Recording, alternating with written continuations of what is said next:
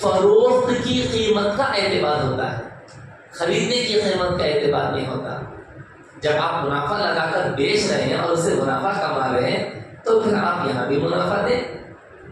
تو سامان تجارت میں زکوٰۃ نکالنے والے وہ کتنے میں خریدتے ہیں اس حساب سے زکوٰۃ نہیں نکالیں گے، وہ کتنے میں بیچیں گے۔ آپ نے ایک پلاٹ خالص تجارت کی نیت سے خریدا، 10 لاکھ روپے میں آپ نے وہ پلاٹ خریدا، آپ کی نیت تجارت کی ہے۔ اب مارکیٹ میں اب اس کی ویلیو 15 لاکھ روپے ہے، تو آپ جو 10 لاکھ روپے میں خریدے ہیں اس کے حساب سے زکوٰۃ نہیں نکالیں گے، مارکیٹ میں اس کی جو ویلیو ہے 15 لاکھ روپے اس کے حساب سے آپ زکوٰۃ نکالیں گے، ٹھیک ہے۔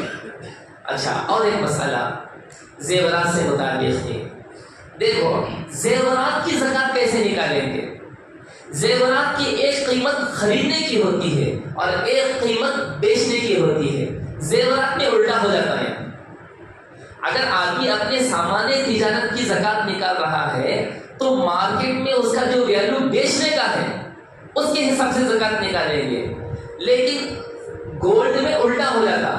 اگر آپ وہ زیورات بیچنے میں گئے تو وہ سستے میں جاتے، خریدنا چاہے تو مہنگے میں ملتے ہو، ایسا تو ہوتا ہے۔ اگر آپ اپنا زیور بیچیں گے مارکیٹ میں لے جا کے تو وہ بہت کم دام میں بکے گا، وہ بہت کم دام میں اس کا ویسٹیج وغیرہ نکال کے وہ کم دام میں لیتے ہیں، سنا۔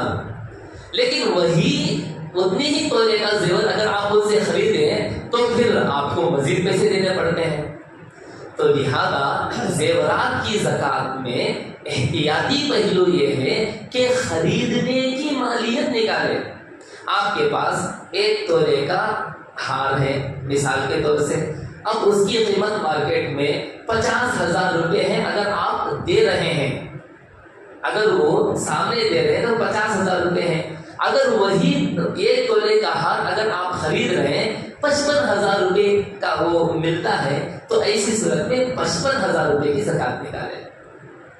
تو زیورات میں وہ قیمت لگائے جس قیمت میں میرے پاس اتنے کیرٹ کا جو مال ہے وہ خرید مارکیٹ میں ملتا ہے، تو وہ حساب لگائیں، دینے کا حساب نہ لگائیں، ٹھیک ہے۔ تو اس بات کا خیال کریں۔ اچھا، اور ایک مسئلہ آپ اس کے ساتھ سن لیں، جو ملازمین ہوتے ہیں، ملازمین کی تنخواہوں میں یہ پی ایف کٹتا ہے۔ پی ایف سے متعلق بہت سارے احباب سوال کر رہے تھے، تو اس کے تعلق سے جواب یہ ہے، پی ایف کی جو رقم ملازمین کی تنخواہوں میں سے کاٹ کر جمع کیا جاتا ہے اس پر زکوٰۃ نہیں آتی، اس پر زکوٰۃ نہیں آتی، ٹھیک ہے۔ زکوٰۃ کب آئے گی؟ جب آپ ریٹائر ہو جائیں گے اور ریٹائر ہو کر آپ کو جو پی ایف کا پیسہ آئے گا اس کے بعد وہاں سے زکوٰۃ کا حساب شروع ہوگا۔ یہ الگ بات ہے کہ اگر آدمی پی ایف کا پیسہ درمیانی سال میں بطور قرض سے اگر لینا چاہے تو وہ لے سکتا ہے، وہ الگ بات ہے۔ اس کے باوجود بھی پی ایف کی رقم پر زکوٰۃ نہیں آتی، ٹھیک ہے۔ اللہ ہمیں عمل کی توفیق عطا فرمائے۔ سبحان اللہ و بحمدہ، سبحان اللہ۔